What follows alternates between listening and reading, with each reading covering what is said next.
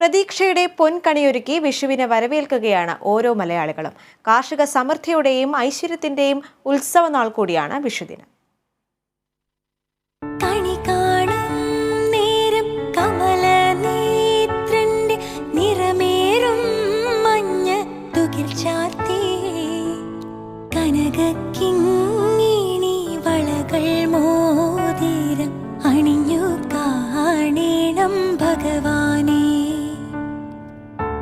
കത്തിച്ചുവെച്ച നിലവിളക്കിന് മുൻപിൽ അലങ്കരിച്ച കൃഷ്ണവിഗ്രഹം, തൊട്ടടുത്തായി ഓട്ടുരുളിയിൽ ഉണക്കലരിയും കണിവെള്ളരിയും കണിക്കൊന്നയും, ഒപ്പം വാൽക്കണ്ണാടിയും പുതുവസ്ത്രവും സ്വർണവും പണവും.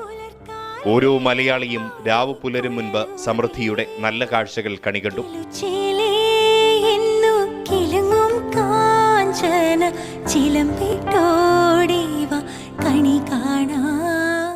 സൂര്യൻ മീനരാശിയിൽ നിന്നും മേടരാശിയിലേക്ക് മാറി രാവും പകലും ഒരേ ദൈർഘ്യത്തിൽ വരുന്ന ദിനം കൂടിയാണ് വിഷുനാൾ.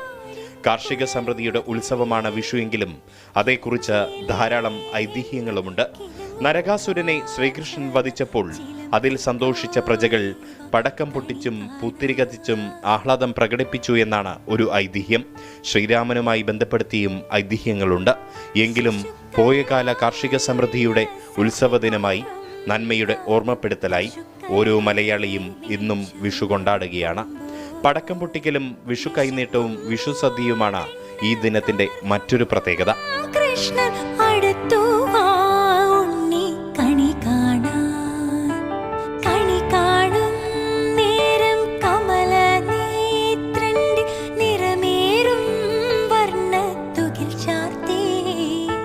ഒപ്പം പരസ്പരമുള്ള സാഹോദര്യത്തിന്റെ ഒത്തുചേരൽ കൂടിയായി വിഷുദിനം മാറുന്നു. എല്ലാ പ്രേക്ഷകർക്കും കേരള വിഷൻ ന്യൂസിന്റെ വിഷു ആശംസകൾ.